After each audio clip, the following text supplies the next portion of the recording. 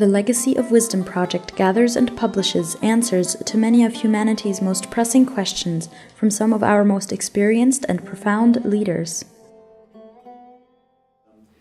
Mary Catherine Bateson talks about the age of active wisdom. Yes, I love that phrase, the age of active wisdom. So we've gotten 20 extra years that nobody told us about when we were younger, and they've been inserted into this life phasing.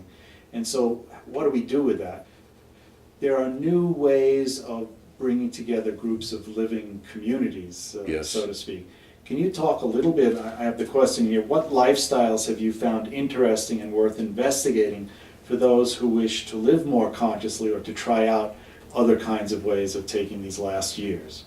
I am very interested in senior co-housing. I don't live in a senior co-housing arrangement. That's not where we are right now, but less than a mile from where we live is a place called Silver Sage, which was inspired by Chuck Durrett and people around the world, really. It comes from Denmark. For some people, moving together and living together can be a good thing. Even if you don't do that physically, there are ways to connect with others in social fashion. For example, the village movement that was started here in Boston has now spread to over 100 locations around this country.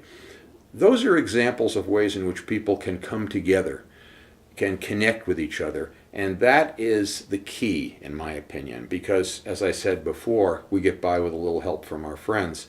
Not just our friends, sometimes our neighbors, sometimes people we've never met before. We've got to reach out and do that. I also believe that active wisdom is related to what Reb Zalman called legacy work. For me, it has to do with the environment.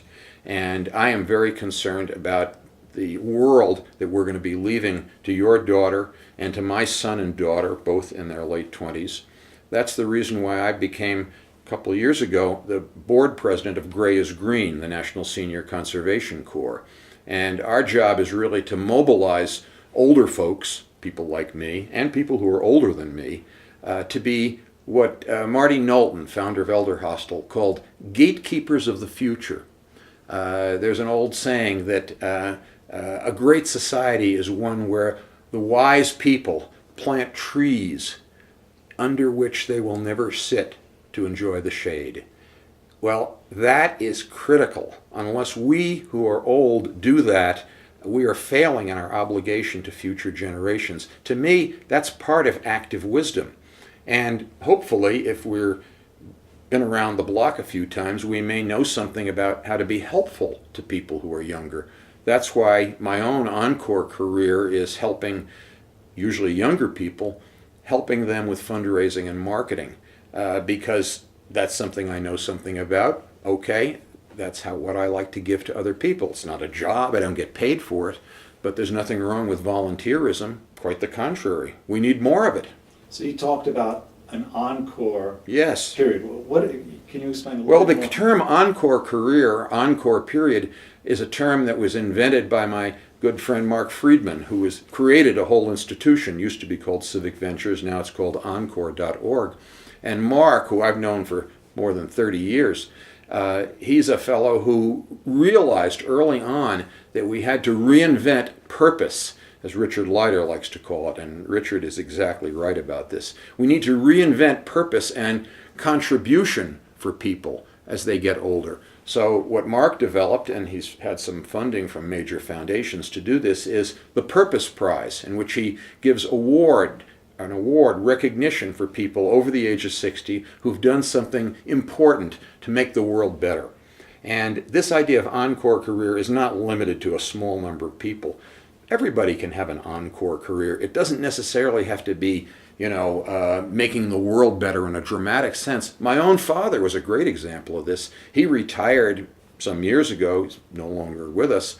When he was 65, he moved to Florida. And what did he do? He got a job working at Disney World. He didn't really need the money, but he wanted to be active. He ended up being the guy who was a greeter and somebody who would find lost children. So I always thought about that, when he was growing up with me, he was so busy being the vice president of a bank or whatever he was doing, he didn't have a lot of time for the kids. But when he retired, that was his main interest. So that was his encore career.